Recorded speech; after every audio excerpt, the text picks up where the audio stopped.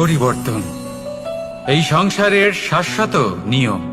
কোন রাজা নেই যিনি চিরকাল রাজা থাকেন, কোন ধনী ব্যক্তি নেই যিনি চিরকাল ধনী থাকবেন।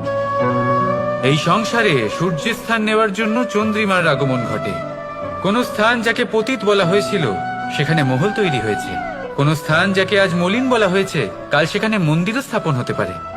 কোন ঋতু চিরকালের জন্য থাকে না, কখনো সময় চিরকাল একরকম থাকে না।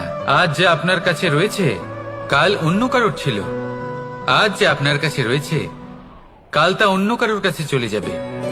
আপনার সাথে কিছু থাকলে তা হলো আপনার কর্ম, কিন্তু সেই কর্মের পরিণামও আপনার নয়।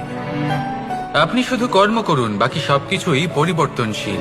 কিন্তু সেই পরিবর্তনকে দেখে ভয় পাওয়ার প্রয়োজন নেই, তাকে স্বাগত জানান। যদি আপনি হাসি মুখে সেই পরিবর্তনকে স্বাগত জানান, তাহলে এই পরিবর্তনও হাসি মুখে আপনার সাথে থাকবে। আসুন আমার সাথে।